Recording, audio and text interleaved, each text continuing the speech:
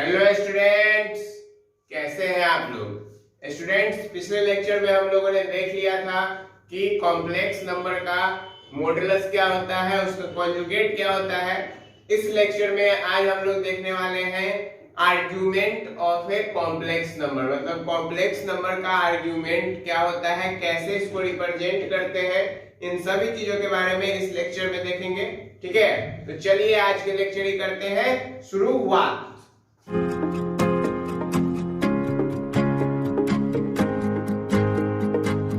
देखिए स्टूडेंट, आज जो अपना टॉपिक है वो है argument of a complex number, मतलब कॉम्प्लेक्स नंबर का आर्ग्यूमेंट। तो सबसे पहले हम लोग ये जानते हैं कि आर्ग्यूमेंट है क्या।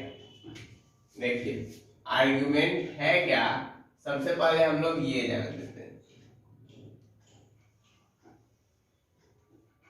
ये अपना कोऑर्डिनेट यहाँ पे मान लीजिए कि हम एक लेते हैं z बराबर 2 प्लस आयोटा।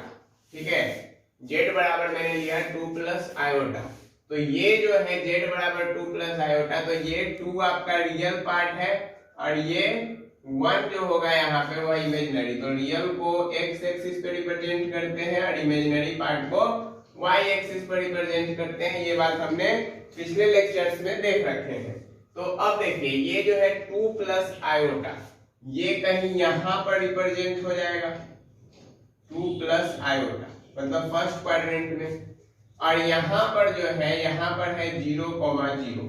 ठीक है, तो यहां से हम इस दो पॉइंट को मिलाएं, यदि इस दो पॉइंट को मिलाएं और यहाँ पे यदि आप गौर करें तो यहाँ पे एक एंगल बनता हुआ दिख रहा है। इसको भी हम लोग सपोज कर लेते हैं कि ये थीटा।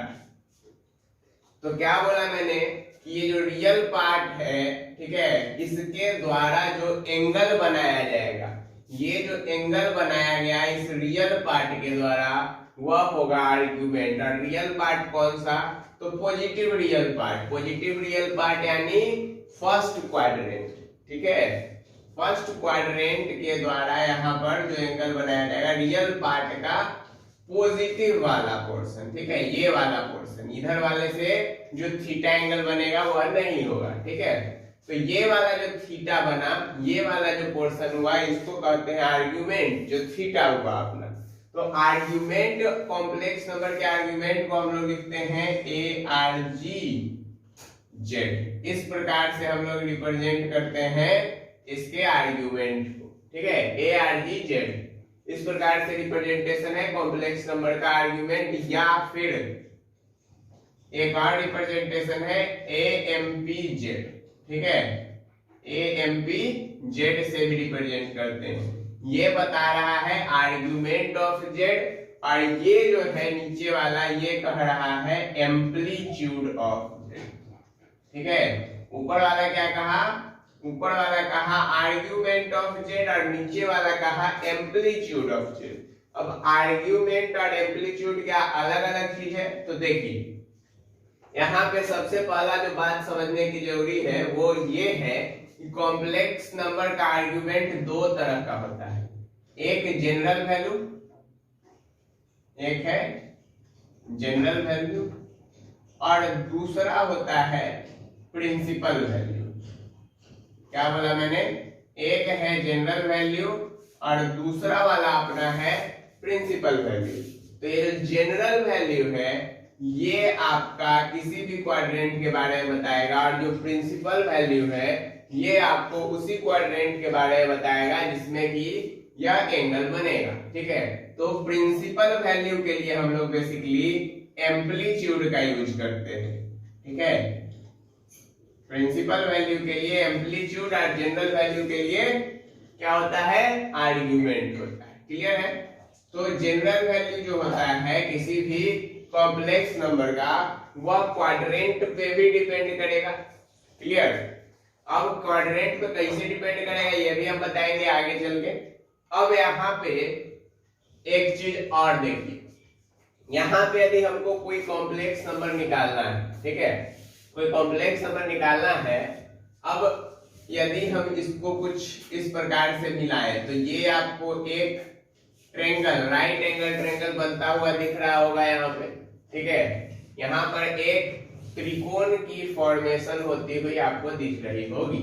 तो यहाँ पर जो ये ट्रेंगल बना, ये ट्रेंगल इसमें ये वाला जो पोर्शन है इसका क्या हो जाएगा आपका कोऑर्डिनेट 2,1, ठीक है। 2,1 मतलब 2 इधर का और 1 इधर का, तो ये 1 है और ये कितना है, ये है 2। तो यदि यहां से हम लोग वैल्यू निकालते हैं, ठीक है, 2 और 1 है, और हमें एक चीज पता होना चाहिए, tan थीटा बराबर क्या होता है, बेस बाय परपेंडिकुलर, ठीक है, बेस बाय परपेंडिकुलर की perpendicular by base, perpendicular by base. तो परपेंडिकुलर यहाँ पे 1 है और ये 2 है, मतलब tan थीटा का वैल्यू 1/2 आ गया। मतलब यहाँ से यदि थीटा का वैल्यू देखें तो देखिए ये 1/2 मतलब क्या हो गया, 1/2 का मतलब क्या हो गया 0.5, ठीक है, 1/2 का मतलब 0.5। तो इसका जो वैल्यू होगा, इसका वैल्यू आपको tan थीटा का 37 डिग्री के आसपास आएगा, ठीक है, मतलब इसी के आसपास आएगा 36-35 डिग्री। मतलब यहाँ पर ये tan थीटा का जो वैल्यू है वह 35 से 37 डिग्री के बीच में होगा। क्लियर है स्टूडेंट्स? अब यहाँ पर जो थीटा का वैल्यू 35 से 37 डिग्री के बीच में है, मतलब कि इसको पाई बाई समथिंग लिख सकते हैं। एक और एग्जांपल लेते हैं, यदि आपको इससे क्लियर नहीं हुआ तो ले लीजिए आप 1 + √3 आयोटा, ठीक है, 1 + √3 आयोटा। फिगर इधर बनाते हैं हम लोग नीचे, एक क्लियर से समझते हैं। क्या हम लोग ले रहे हैं, ये अपना है रियल एक्सिस और ये हो जाएगा इमेजिनरी एक्सिस। तो यहाँ पे हमने एक पॉइंट लिया 1 + √3 आयोटा, ठीक है। तो इसका जो कोऑर्डिनेट हो जाएगा ये हो जाएगा 1,√3। 1,√3 मतलब x एक्सिस 1 है और y एक्सिस क्या है, √3 है, ठीक है।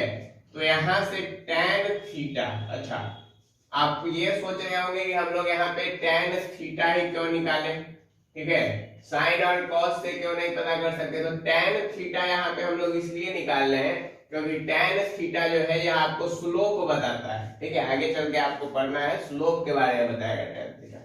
तो यहाँ से देखिए परपेंडिकुलर बाय बेस होता है, तो परपेंडिकुलर है √3 और बेस है 1, मतलब ये वैल्यू आ गया tan थीटा कितना, √3 आ गया।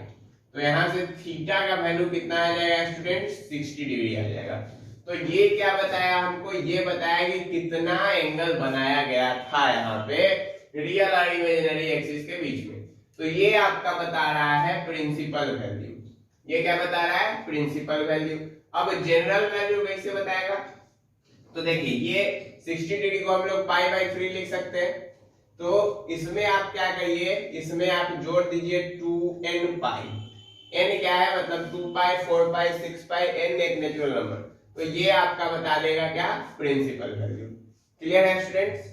या फिर आपको जनरल वैल्यू पता है, ठीक है, जनरल वैल्यू मान लीजिए कि नोन है और उससे आपको प्रिंसिपल वैल्यू निकालना है, तो 2n π को आप माइनस कर दीजिए या फिर डायरेक्ट 2π को माइनस कर दीजिए। अब स्टूडेंट हम लोग इसी पे कुछ क्वेश्चन देखते हैं ताकि आपको और एक और तरीका है बताता हूँ। एक तो tan थीटा से बताया, अब cos थीटा और sin थीटा से एक तरीका है। दो तरीके से हम लोग जनरल वैल्यू और प्रिंसिपल वैल्यू निकाल सकते हैं, तो दूसरा वाला तरीका भी देख लेते हैं। हाँ, एक चीज और आप tan थीटा में याद रखिए कि tan थीटा से निकालने के लिए आपको तीन चीजों का बहुत ही ध्यान रखना पड़ेगा। पहला, tan थीटा बराबर जो है वह होना चाहिए y/x मॉड के अंदर, मतलब कि यहाँ पर साइन जो है यदि निगेटिव में है तो भी वह पॉजिटिव में आ जाएगा, ठीक है। जैसे कि मान लीजिए मैं लिखता हूँ √3 माइनस में आ गया, ये मॉड के अंदर है तो ये प्लस में बाहर आ जाएगा √3, ठीक है।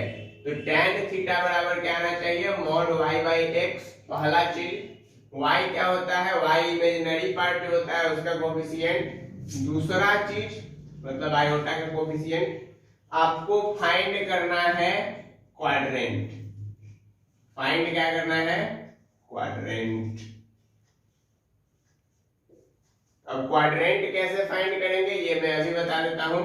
और तीसरा चीज, यदि आपका थीटा जो है फर्स्ट क्वाड्रेंट में, थीटा कहाँ है, फर्स्ट क्वाड्रेंट में है, तो उसका वैल्यू थीटा ही रह जाएगा। यदि सेकेंड में है तो सेकेंड क्वाड्रेंट के लिए पाई माइनस थीटा हो जाएगा, थर्ड क्वाड्रेंट के लिए पाई प्लस थीटा हो जाएगा, और फोर्थ क्वाड्रेंट के लिए 2 पाई माइनस थीटा हो जाएगा। ये आपका वैल्यू होगा चारों क्वाड्रेंट के लिए अलग अलग। क्लियर है स्टूडेंट? अब आप क्वाड्रेंट कैसे फाइंड करेंगे, देखिए एक एग्जांपल लेते हैं हम लोग। एक एग्जांपल क्या लेते हैं, एग्जांपल हम लोग जैसे कि यहाँ पे लिए थे √3 प्लस आयोटा, मान लीजिए हमने लिया, तो यहाँ पे अब हम लोग को कैसे पता चलेगा कि कौन से क्वाड्रेंट में है √3 प्लस आयोटा। तो देखिए पहला है क्या, √3 है तो ये भी पॉजिटिव, और दूसरा है आपका +1 मतलब ये भी पॉजिटिव। तो दोनों पॉजिटिव किस क्वाड्रेंट में होता है, दोनों पॉजिटिव एक्स और वाई किस क्वाड्रेंट में, फर्स्ट क्वाड्रेंट में, तो ये वैल्यू फर्स्ट क्वाड्रेंट में लाई करेगा। अब ले लीजिए -√3 प्लस आयोटा, तो यहाँ पे देखिए पहला है निगेटिव और दूसरा है पॉजिटिव, तो माइनस प्लस, माइनस में एक्स प्लस में वाई, ये सेकेंड क्वाड्रेंट में होता है, माइनस प्लस, फर्स्ट में होता है प्लस प्लस, थर्ड में क्या होता है दोनों ही माइनस, और फोर्थ में एक्स वाला प्लस वाई वाला माइनस। ठीक है, दूसरा कंडीशन हो गया। तीसरा कंडीशन -√3 माइनस आयोटा, तो यहाँ पे देखिए एक्स वाला भी निगेटिव और वाई वाला भी निगेटिव, मतलब यहाँ पे थर्ड क्वाड्रेंट में लाई करा। उसके बाद चौथा -√3 से यहाँ पे क्या हो जाएगा +√3, और इधर बन जाएगा माइनस आयोटा। तो पहला वाला तो पॉजिटिव है, दूसरा वाला निगेटिव है, तो ये आ गया आपका फोर्थ क्वाड्रेंट। मतलब ये आपके चार कंडीशन चारों क्वाड्रेंट में आएंगे।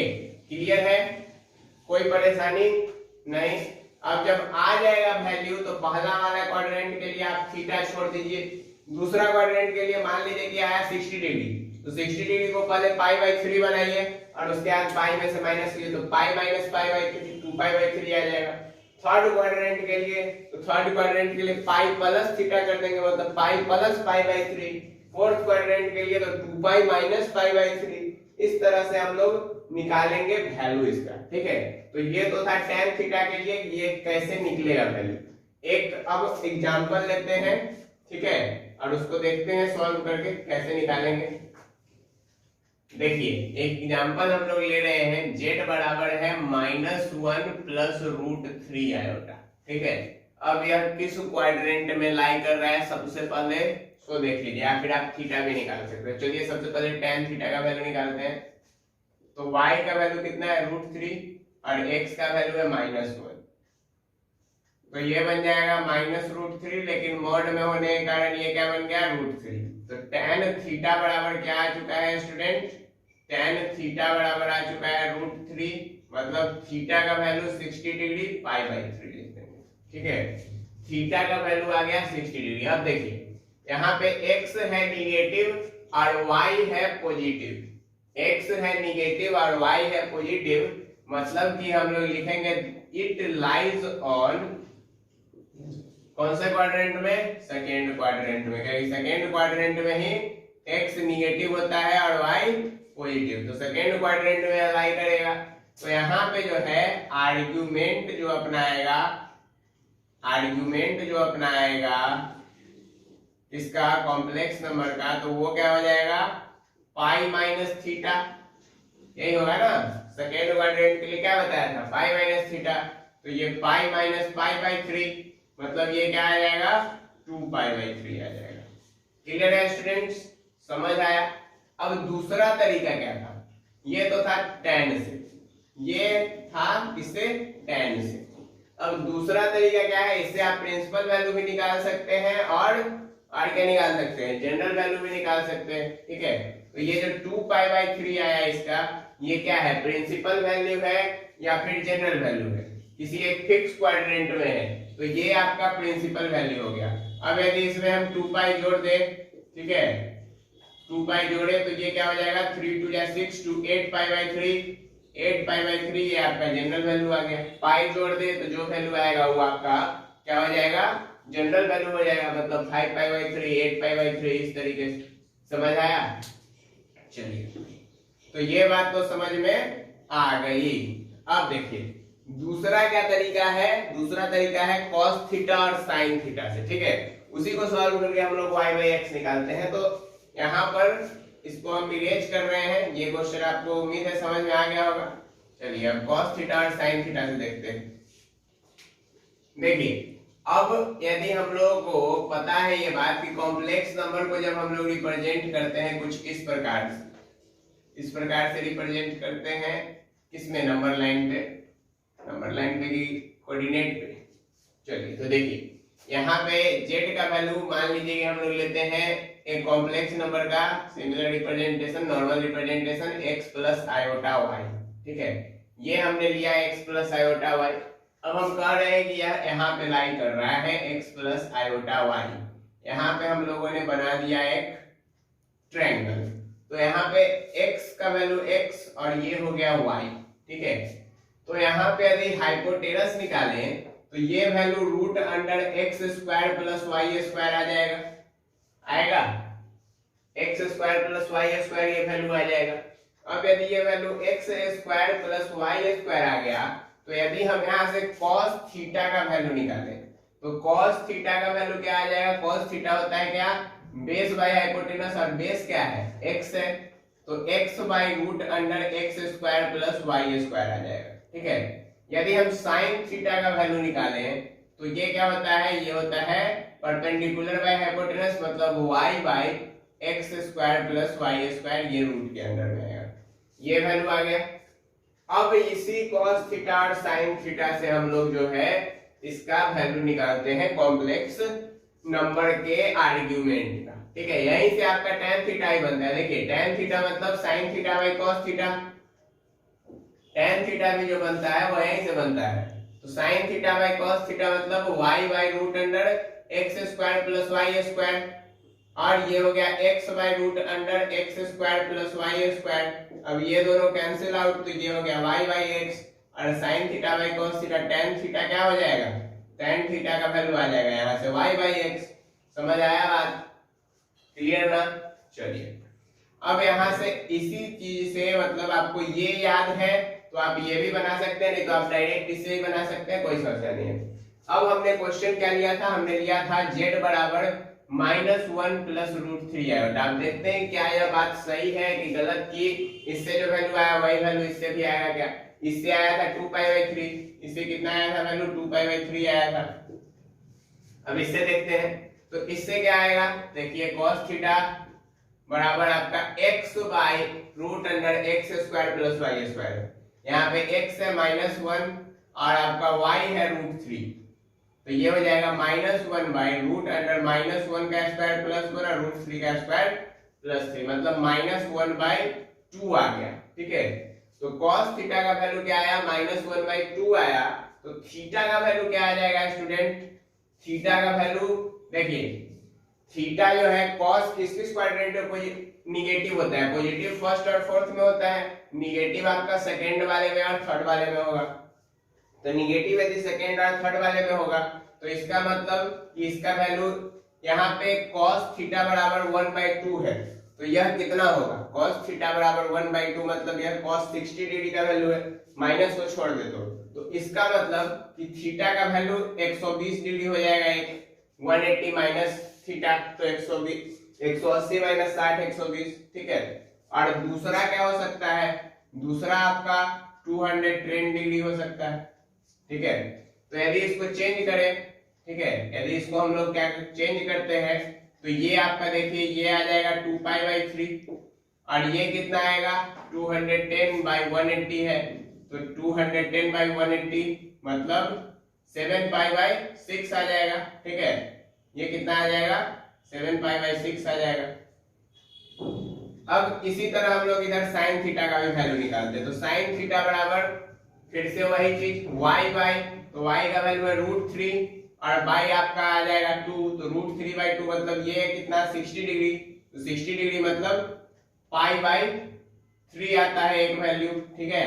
और एक वैल्यू, दूसरा वैल्यू क्या आएगा 2π/3, क्योंकि दोनों में साइन, फर्स्ट और सेकंड दोनों में साइन पॉजिटिव होता है। तो इसमें से जो कॉमन वैल्यू है, इसमें भी 2/3 है, इसमें भी 2/3 है, तो जो इसका प्रिंसिपल वैल्यू यानी कि मेन जो वैल्यू होगा वह क्या हो जाएगा, इसका वह वैल्यू हो जाएगा 2π/3, क्योंकि ये दोनों अलग अलग वैल्यू है तो इसको हम लोग नहीं लेंगे। क्लियर है स्टूडेंट्स, समझ आया बात?